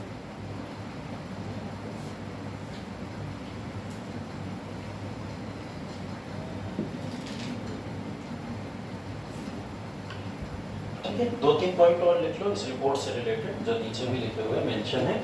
जैसे इस रिपोर्ट में एक चीज ये भी बोली गई थी कि उच्च न्यायालय जो है उसको केंद्र के अधीन रखना चाहिए, है ना। केंद्र के अधीन रखने की बात हो रही है, मतलब जो भारत सरकार है उसके अधीन में न्यायालय रहेगा। जो हम लोग बार बार एक बात कर रहे हैं, डिमांड हो रही थी बार बार कि जुडिशरी को सेपरेट होना चाहिए एग्जीक्यूटिव्स, है ना, उसके ऊपर किसी तरीके का कोई कंट्रोल नहीं होना चाहिए। यहाँ पे इन्होंने क्या बोला, नहीं, न्यायालय किसके कंट्रोल में आया करेंगे, सरकार के कंट्रोल में। तो न्यायालयों को किसी तरीके की सेपरेट या सेपरेशन की शक्ति नहीं थी, तो एक इन्होंने ये बोला था। और दूसरा, तो प्रांतों में उत्तरदायी सरकार शुरू कर दो, मतलब प्रांतों में अब इलेक्शन शुरू करा दो। प्रांतों में इलेक्शन शुरू कराने का मतलब प्रांतों में मुख्यमंत्री चुने जाएंगे। ठीक है, इस बात को यहाँ पे उत्तरदायी सरकार के तौर पर रख दिया गया कि प्रांतों में अब इलेक्शन शुरू करा दो, प्रांतों में मुख्यमंत्री चुने जाएंगे। अब मुख्यमंत्री ही होगा जो पूरे एक प्रांत को चलाया करेगा। ठीक है, जैसे आज के समय में मुख्यमंत्री एक राज्य को चलाता है, वैसे इस समय में बोला गया, लेकिन उस समय इसको एक्सेप्ट ही नहीं किया गया, इस वजह से ये लागू नहीं हो पाया। ठीक है, तीसरा इसमें यह भी बोला गया था कि बर्मा को भारत से अलग कर देना चाहिए। बर्मा कहाँ पड़ता है आज, म्यांमार, है ना। तो उसको पहले भारत का हिस्सा था, भारत के हिस्से से इस समय में अलग करने की बात कही गई कि बर्मा को भारत से अलग कर दिया जाए, और यह अलग हो गया उस समय।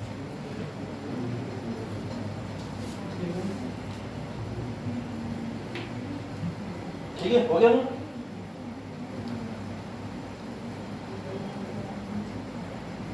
चलिए ठीक है, इसके बाद तो वही सब बात हुई कि साइमन कमीशन किस तरीके से विरोध किया जाए और किस तरीके से साइमन कमीशन को हटा के भारत के अंदर एक नया संविधान बनाने की बात की जाए, तो वो नेहरू रिपोर्ट के तौर पर आएगा। लेकिन एक बात और, 1927 में एक रिपोर्ट और आई जिसको बोला जाता है बटलर कमेटी रिपोर्ट। ठीक है, 1927 बटलर कमेटी रिपोर्ट को लाया गया था बैलेंस करने के लिए। बैलेंस करने के लिए, जैसा मैं पहले भी बता चुका हूँ आपको, भारत में 2 हिस्से थे।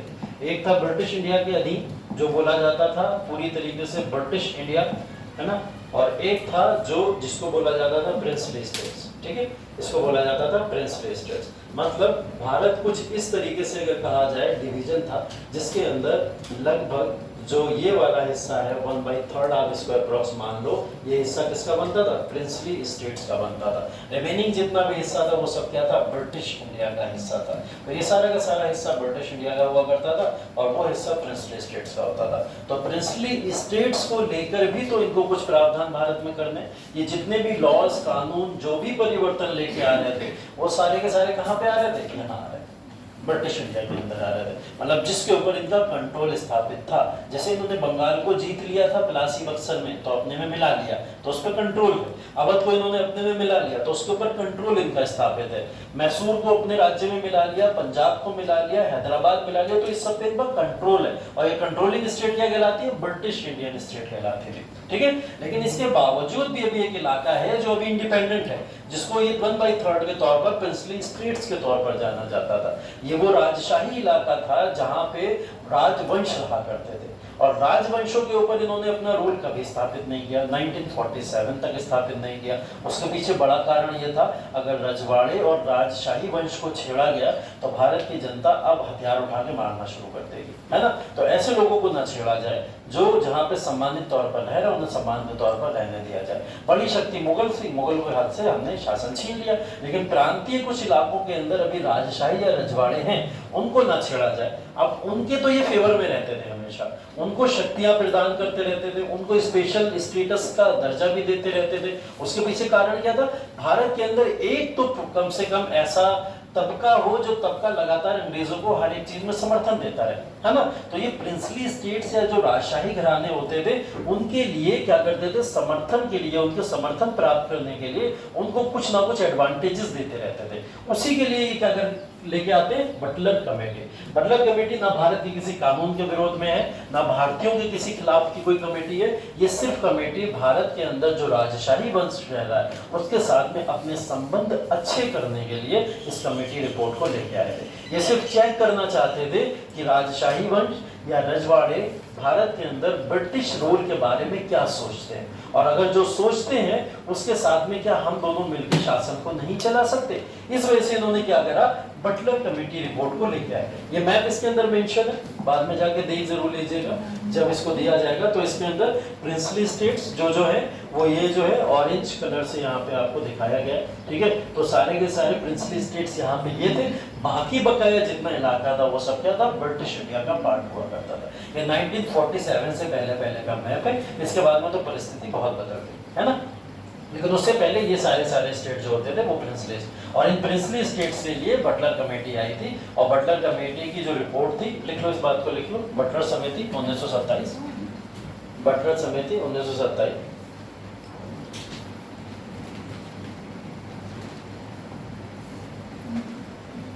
इसको भारत में या बटलर समिति को भारत में ब्रिटिश सत्ता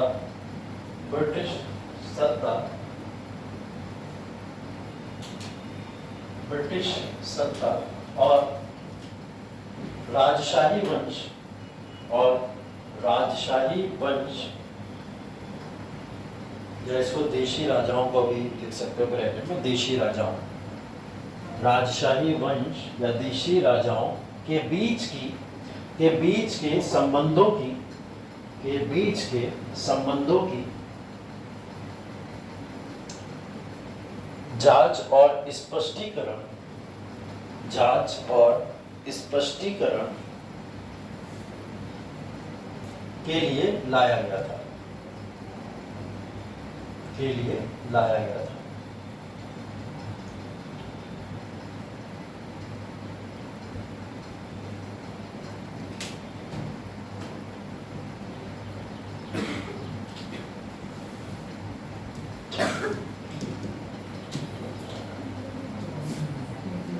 उसमें एक पॉइंट और लिख लेना, एक पॉइंट और मेंशन कर लो, इसमें लिख लो ब्रिटिश परम सत्ता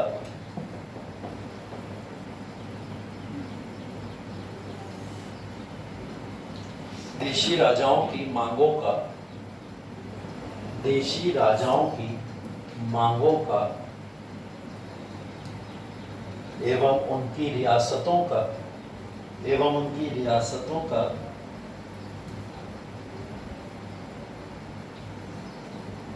रक्षा कवच है।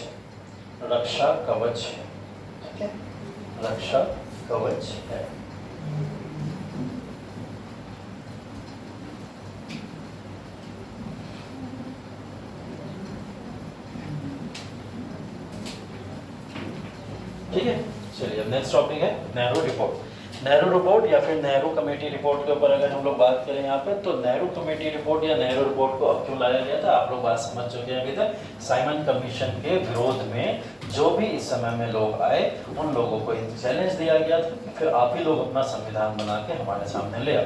और जब ये चैलेंज इनको दिया गया तो इन्होंने क्या करा, एक कमेटी को सेलेक्ट किया जिस कमेटी ने नेहरू रिपोर्ट को प्रेजेंट किया। बड़ी बड़ी बातें ये हैं नेहरू रिपोर्ट की जो आपके सामने लिखी है, जिसको मैं अभी आपको बता चुका हूँ। जैसे डोमिनियन स्टेटस की बात हो रही है, डोमिनियन स्टेटस मतलब वहां से राजशाही वंश तो राज करेगा, भारत में भी एक संविधान चलेगा, ठीक है। उसके बाद फंडामेंटल राइट्स की भी बात हो रही है। फंडामेंटल राइट्स मतलब भारतीयों को यहाँ पे कुछ अधिकार प्रदान कर दिए जाएंगे। तीसरी चीज बाइकैमरल लेजिस्लेचर की बात हो रही है सेंटर के अंदर, मतलब वहाँ पे लोकसभा राज्यसभा जैसे तमाम संगठन दिखाई देंगे, ऐसी पार्लियामेंट बनाई जाएगी। Division of power between centre and state, centre और स्टेट दोनों की अलग अलग सरकारें बनेंगी, मतलब प्रांत में एक अलग सरकार बनेगी और सेंटर में एक अलग सरकार बनेगी, लेकिन ज्यादा कंट्रोल किसका रहेगा, सेंटर का रहेगा, ये भी बात बोली गई साथ में। और नो सेपरेट इलेक्टोरेट, किसी भी तरीके का किसी भी व्यक्ति को कोई सेपरेशन या इलेक्टोरेट किसी भी तरीके का नहीं दिया जाएगा, कोई पृथक निर्वाचन जैसी प्रणाली नहीं होगी। तो ये बड़े बड़े मुद्दे हैं, इसके बड़े बड़े पॉइंट ये थे। लेकिन नेहरू रिपोर्ट जब अपनी रिपोर्ट लिखने के लिए आए थे तो उसी के कुछ मेंबर्स में आपस में प्रॉब्लम शुरू हो गई थी। जैसे मैंने बताया आपको, सुभाष चंद्र बोस इस कमेटी के सदस्य जरूर थे और इसके मेंबर थे जब नेहरू कमेटी रिपोर्ट को रखा जा रहा था या इसको बनाया जा रहा था, लेकिन वो कुछ मुद्दों के ऊपर एकदम खिलाफ थे। जिन मुद्दों में पहला मुद्दा डोमिनियन स्टेटस है। वो नहीं चाहते थे कि भारत डोमिनियन स्टेटस की मांग करे या डिमांड करे, वो क्या चाहते थे, भारत अब पूर्ण स्वराज की डिमांड करे या पूर्ण स्वराज की ही मांग करे। ठीक है। इस सब को लेकर इन्होंने इस रिपोर्ट के अंदर अपने मशवरे तो जरूर दिए थे, लेकिन फाइनल डोमिनियन स्टेटस किसके बिना पे एक्सेप्ट हुआ? नेहरू के बिना पे ही एक्सेप्ट किया गया था, ठीक है। वरना नेहरू रिपोर्ट के अंदर डोमिनियन स्टेटस की डिमांड को कोई भी एक्सेप्ट करने को इस समय तैयार नहीं था, ठीक है। 15 अगस्त 1928 को इस रिपोर्ट को बनाया गया था और 28 अगस्त को इस रिपोर्ट को स्वीकृत कर लिया गया। स्वीकृत करने का मतलब शुरुआती दौर में भारतीयों पे एक प्रेशर था कि वो अपना संविधान बनाए, और जो संविधान बनाने के लिए रिपोर्ट आई है उसको एक्सेप्ट करना किसकी? इस समय में जो पूरी कमेटी बैठी हुई है, उस कमेटी ने क्या करा? फाइनली अब जो भी रिपोर्ट बन रही है उसको एक्सेप्ट ही कर लेते हैं, वरना इसमें और समय लग जाएगा, क्योंकि एक ही साल का समय मिला हुआ था। तो उन्होंने क्या करा? फाइनली इसको एक्सेप्ट कर लिया, और एक्सेप्ट करने के बाद में इन्होंने क्या करा? भारत के कांग्रेस का जो अगला सेशन होने वाला था उसके सामने इस रिपोर्ट को रखने की मंशा जाहिर करी, क्योंकि बिना उसकी मर्जी के तो किसी भी तरीके का कोई भी चेंज नहीं हो सकता। तो कांग्रेस अपना क्या करेगी? यहाँ पे अब मत देगी, अब वहां पे वोटिंग सिस्टम होगा कि अब ये देखा जाएगा कि कांग्रेस इस बात को लेके कितना ज्यादा इस बात को एक्सेप्ट करती है कि डोमिनियन स्टेटस होना चाहिए या फंडामेंटल राइट्स मिलने चाहिए, या इस तरीके के तमाम प्रावधान होने चाहिए या नहीं होने चाहिए। इसको लेके कांग्रेस का वेट हो रहा था, ठीक है। जब कांग्रेस का इस तरीके का वेट हो रहा था तो धीरे धीरे कांग्रेस का एक सेशन भी आ गया, जिसके अंदर मैंने बताया आपको इस बार थोड़ा सा बात को जल्दी रखा गया। मई 1928 में इस बात को रखा गया था एक सर्वदलीय सम्मेलन में कि एक नेहरू कमेटी की रिपोर्ट बनना चाहिए, और वो रिपोर्ट क्या क्या प्रस्तुत करेगी उसकी बात यहाँ पे रखी गई। कांग्रेस का सेशन आ जाता है उसके बाद में, ठीक है। देखिए पहले सिफारिशें एक बार और डिटेल में देख लेते हैं, जिसकी मैंने अभी पहले बात करी। वो सिफारिशों के अंदर यहाँ पे देखिए पहले द्विसदनीय विधायिका वाली संसदीय सरकार होगी, ठीक है। द्विसदन अभी हम लोग पीछे बात कर रहे थे, हैं, जिसमें बोला जा रहा था बाइकैमरल लेजिस्लेचर जिसको बोला जा रहा था। 2 सदन होंगे, एक अपर हाउस होगा, एक लोअर हाउस होगा, जो आज के समय में लोकसभा राज्यसभा का पार्ट होंगे तो जरूर, लेकिन उसके साथ में डोमिनियन स्टेटस होगा। और डोमिनियन स्टेटस का जो मतलब है वो वही हो गया कि वहां पे राजा या रानी का रूल चलता रहेगा। जैसे आज के समय में कोई एग्जाम्पल दोगे आप? दुनिया में ऐसा कुछ है अभी कहीं पे ऐसा कुछ चलता है?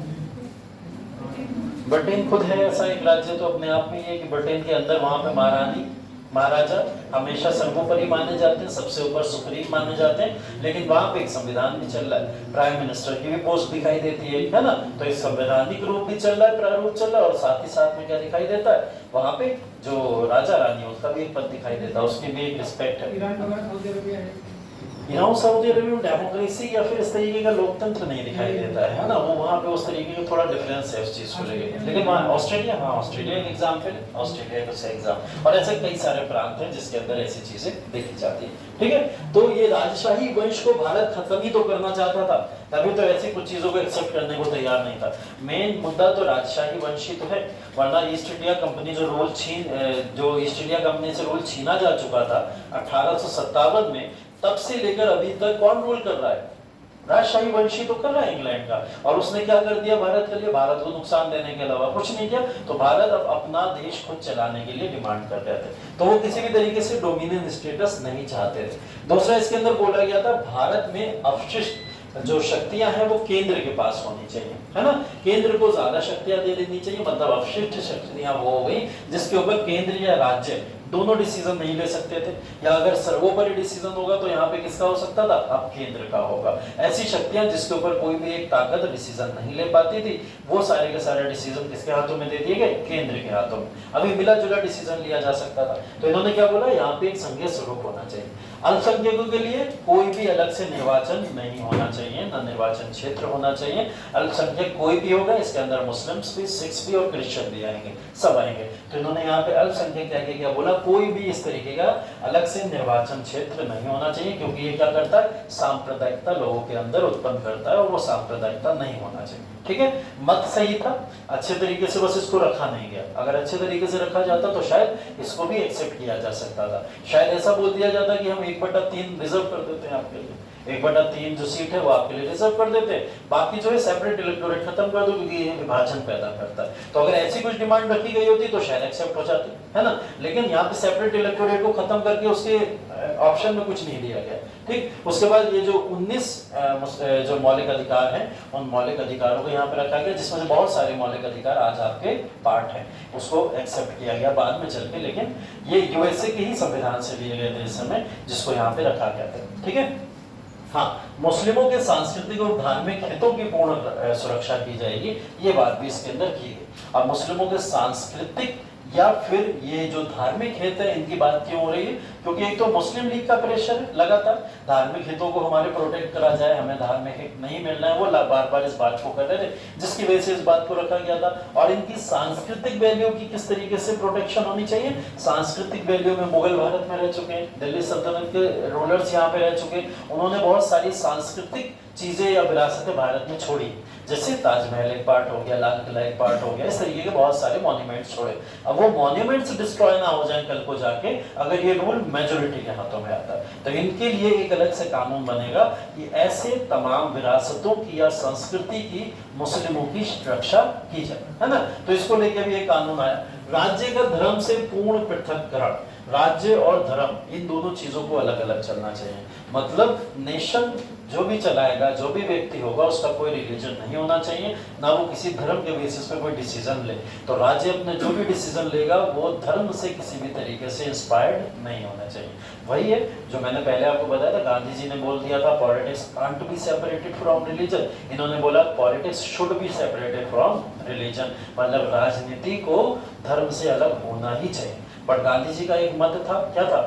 पॉलिटिक्स और धर्म अलग नहीं हो सकते, एकदम नहीं हो सकते। उनका मत उस समय की विचारधारा के हिसाब से था। इन्होंने इसको इसलिए रखा क्योंकि मुस्लिम लीग कांग्रेस में एक बड़ा मतभेद क्रिएट हो जाता है ना, तो इस चीज को यहाँ पे रखा गया। अब प्रतिक्रियाएं क्या आई है? सबसे बड़ी प्रतिक्रिया तो मुस्लिम लीग की ही आएगी इसके अगेंस्ट में, और मुस्लिम लीग ने क्या करा? इसको रिजेक्ट कर दिया, और इसको रिजेक्ट करते हुए यहीं पे मोहम्मद अली जिन्ना ने अपना 14 सूत्री फॉर्मूला दे दिया। अभी क्या है 14 सूत्री फॉर्मूला, उसके बारे में भी देख लेंगे, लेकिन मुस्लिम लीग ने यहाँ पे इसको रिजेक्ट कर दिया।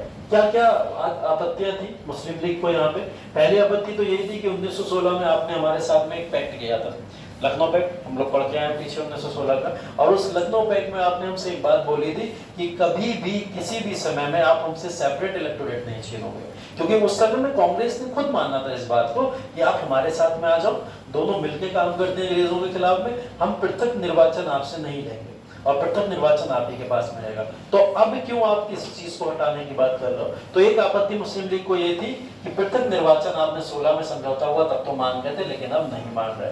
दूसरा कारण मैंने अभी जैसे बताया था कि उत्तर पूर्व का जो इलाका है पूरा का पूरा मुस्लिम मेजोरिटी, जिसमें पाकिस्तान, कश्मीर, लाहौर, ये सारा का सारा इलाका पड़ता था, सिंध वगैरह का इलाका, और इधर अगर हम लोग बात करें उत्तर पश्चिम, तो उत्तर पश्चिम के अंदर जैसे म्यांमार का हो गया इलाका, या फिर इसका आपका असम का साइट हो गया, है ना, या फिर इधर का बंगाल इलाका जो भी हो गया, ये भी मुस्लिम मेजोरिटी इलाका था।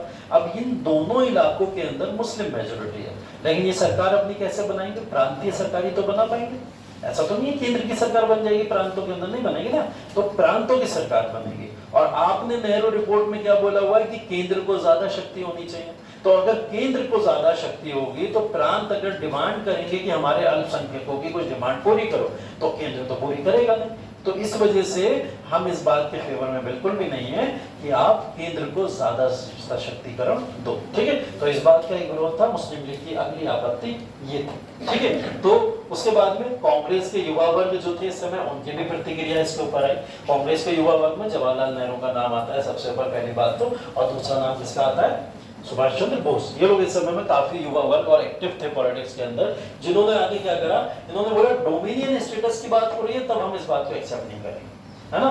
डोमिनियन स्टेटस वर्ड सुनते ही इन्होंने नेहरू कमेटी रिपोर्ट को रिजेक्ट कर दिया था। बाकी उसके ऊपर आकलन होगा, बाद में देखा जाएगा जो भी होगा, लेकिन नेहरू कमेटी रिपोर्ट को रिजेक्ट सिर्फ इस बेसिस पे किया जाता है क्योंकि इसमें डोमिनियन स्टेटस है, ठीक है।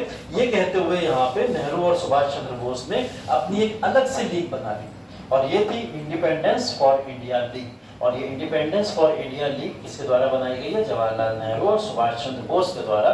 इसी लीग के डिमांड के बाद में भारत के अंदर पूर्ण स्वराज स्वीकार किया गया था। आप बार बार इस बात को सुनते आए हो कि कांग्रेस ने 1929 में पूर्ण स्वराज को स्वीकार किया, लेकिन किसकी सिफारिश पे, किसकी डिमांड पे स्वीकार किया गया था? इंडियन इंडिपेंडेंस लीग या इंडिपेंडेंस फॉर इंडिया लीग जो है, इसकी डिमांड पे ही उसको पूर्ण स्वराज को स्वीकार किया गया था। तो एक जो ये गैप है बीच में, इसको फुल जरूर कर लेना, इस बात को जरूर ध्यान रखना कि पूर्ण स्वराज स्वीकार कांग्रेस ने किया जरूर है, लेकिन स्वीकार करवाया किसने? इंडिपेंडेंस फॉर इंडिया लीग ने। और इसके दो मेंबर्स कौन है? जवाहरलाल नेहरू और सुभाष चंद्र बोस, ठीक है। ठीक, अब ये बातें हो गई सारी की सारी। इन बातों के बाद में नेहरू रिपोर्ट का निष्कर्ष तो यही है कि भारत के अंदर मौलिक अधिकार एक अच्छा उद्देश्य था कि मौलिक अधिकारों को लाया जाए। तो आप उसके पॉजिटिव पर्सपेक्टिव में इस बात को लिख सकते हो कि मौलिक अधिकार जिस तरीके से भारत के अंदर पहली बार लाने की बात की, ये काफी सराहनीय कदम था नेहरू रिपोर्ट का, है ना।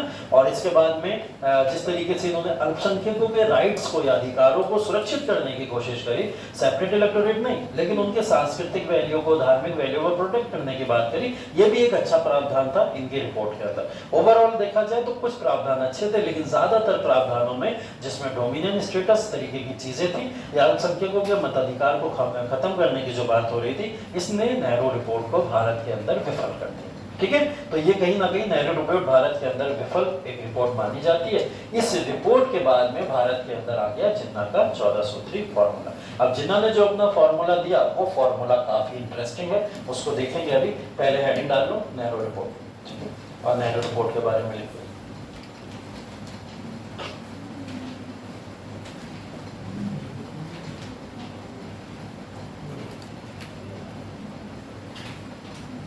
पंद्रह अगस्त 1928 से शुरू करना। 15 अगस्त 1928।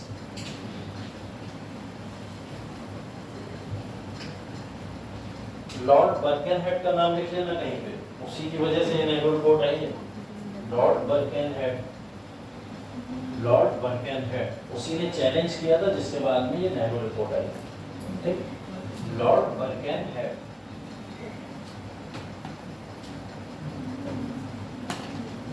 बर्केनहेड, ठीक है। 15 अगस्त 1928 और ब्रैकेट में ऐसे ही लिख लो 28 अगस्त को स्वीकृत, 28 अगस्त को स्वीकृत। नेहरू रिपोर्ट का उद्देश्य, नेहरू रिपोर्ट का उद्देश्य भारत में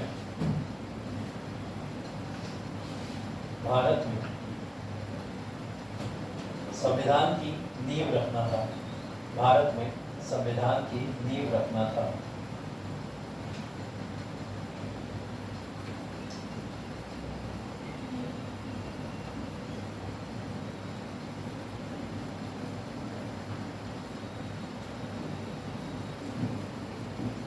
अगला point, Nehru report, Nehru report Congress के सर्वदलीय सम्मेलन, कांग्रेस के सर्वदलीय सम्मेलन, डैश लगा के लिख लेना, 19 मई 1928, कांग्रेस के सर्वदलीय सम्मेलन डैश लगा के 19 मई 1928 में मोतीलाल नेहरू की अध्यक्षता में नियुक्त की गई, में मोतीलाल नेहरू की अध्यक्षता में नियुक्त की गई, मोतीलाल नेहरू की अध्यक्षता में नियुक्त की गई।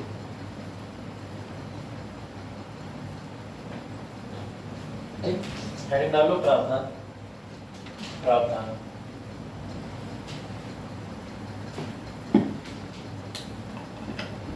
प्रावधान में पहला पॉइंट, भारत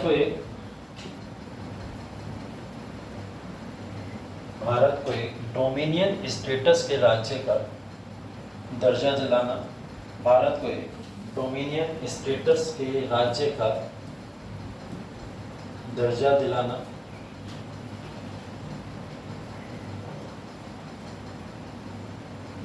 दूसरा पॉइंट, भारत को एक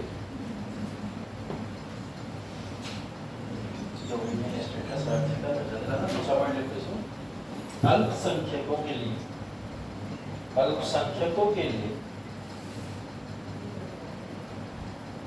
पृथक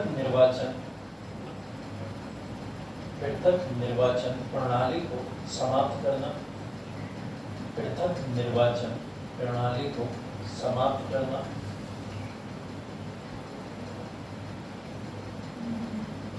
तीसरा, भारत को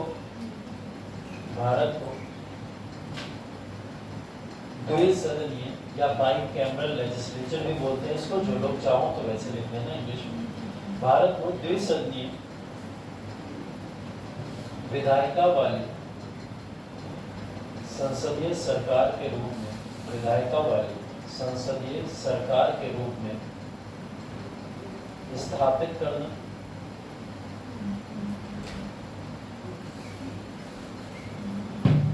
अगला भारत में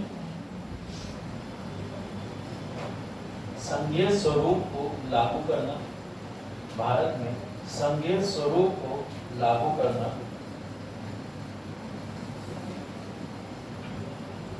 संघीय स्वरूप को लागू करना।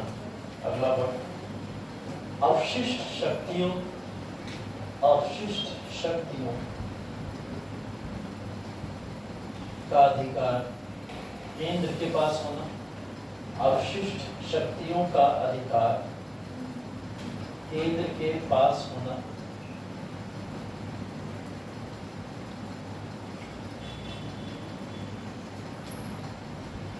अगला पॉइंट राज्य का धर्म से पृथककरण, राज्य का धर्म से पृथककरण।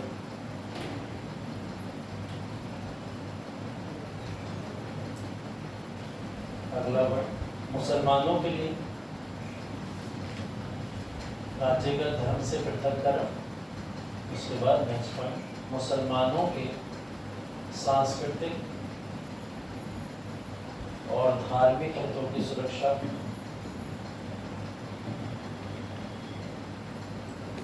सांस्कृतिक और धार्मिक हितों की सुरक्षा। अगला पॉइंट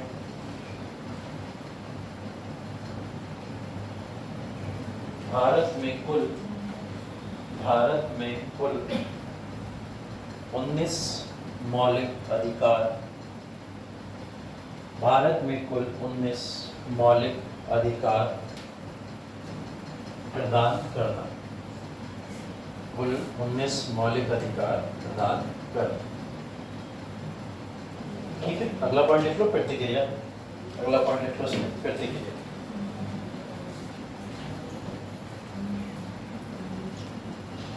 इसमें लिखो मुस्लिम लीग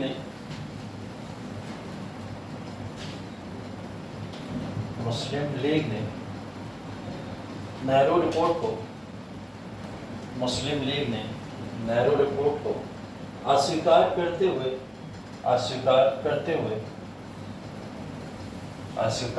हुए मोहम्मद अली जिन्ना के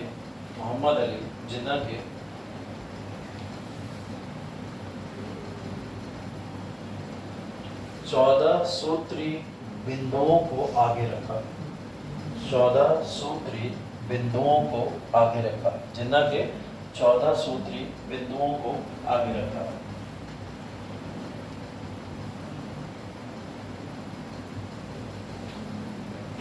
नेक्स्ट पॉइंट मुस्लिम लीग को एमएल करके लिख दिया करो, पूरा मत लिखा करो। मुस्लिम लीग को आपत्ति थी, मुस्लिम लीग को आपत्ति थी लखनऊ समझौते, डेश लगा के लिखना, लखनऊ समझौते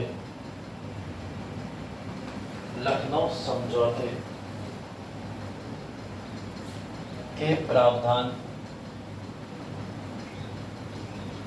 लखनऊ समझौते के प्रावधान को अनदेखा किया गया, लखनऊ समझौते के प्रावधान को अनदेखा किया गया। दूसरा पॉइंट, अगला पॉइंट इसमें प्रांतीय विधानमंडलों को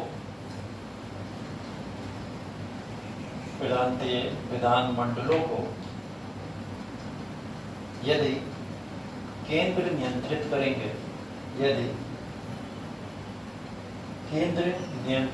करेंगे तो अल्पसंख्यक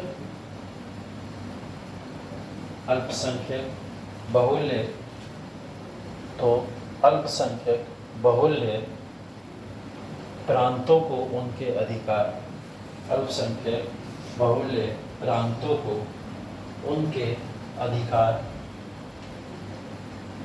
नहीं मिलेंगे, उनके अधिकार नहीं, लास्ट पॉइंट लिख लो इसमें। कांग्रेस के युवा वर्ग ने भी अपनी प्रतिक्रिया दी। कांग्रेस के युवा वर्ग ने भी अपनी प्रतिक्रिया दी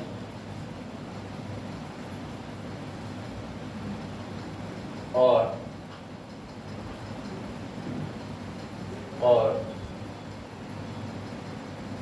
डोमिनियन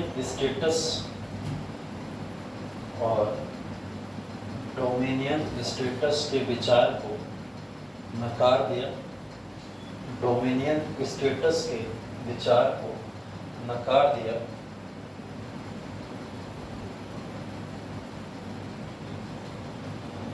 जिसके परिणाम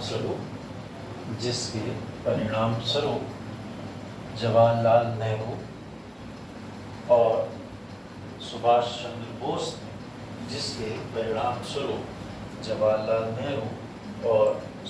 चंद्र बोस ने इंडिपेंडेंस फॉर इंडिया लीग की स्थापना की। इंडिपेंडेंस फॉर इंडिया लीग की स्थापना की।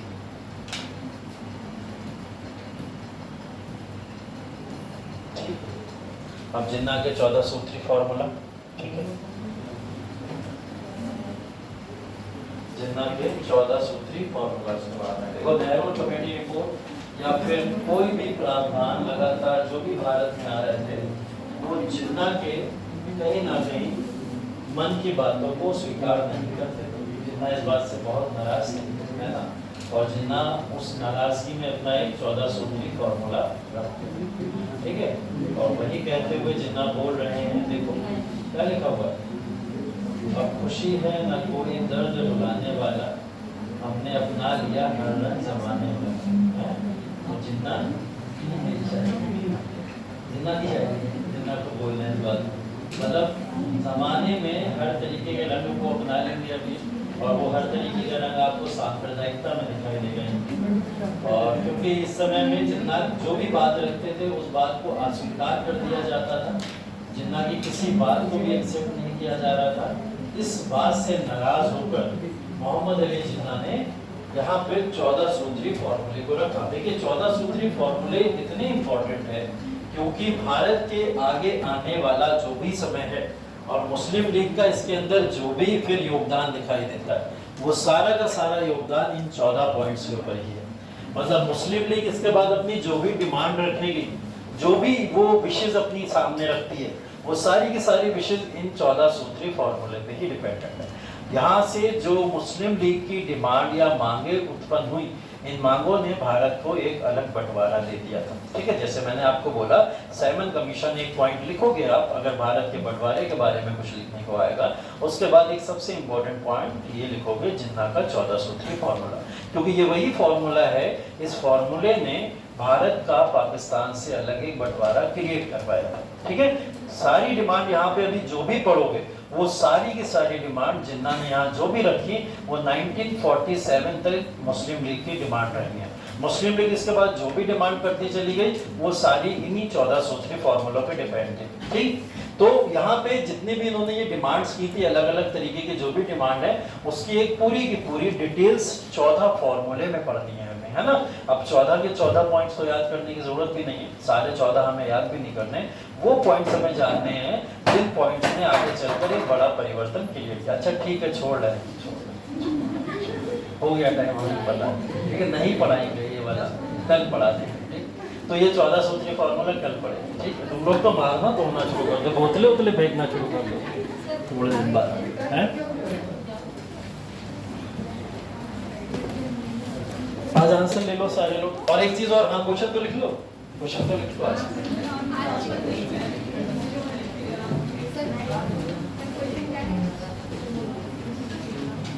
क्वेश्चन लिखो। साइमन कमीशन का आगमन, साइमन कमीशन का आगमन, अभी बोले कहाँ? साइमन कमीशन का आगमन भारत में किस प्रकार संवैधानिक सुधारों की इस प्रकार संवैधानिक सुधारों की एक चिंगारी उत्पन्न करता है, एक चिंगारी उत्पन्न करता है। ठीक है, देखो इसके अंदर कहीं नहीं लिखा हुआ है कि नेहरू रिपोर्ट के बारे में लिखना है, लेकिन फिर भी नेहरू रिपोर्ट के बारे में ही लिखना है ना। तो ये क्वेश्चन ऐसा है कि जिसमें नेहरू रिपोर्ट का जिक्र नहीं है, लेकिन आंसर में आपको नेहरू रिपोर्ट ही लिखना पड़ेगा। हाँ लिखना है, और क्या बिना लिखे तुम क्वेश्चन पढ़ो बस। और भाई आंसर कर जमा ये 130 130 130 हाँ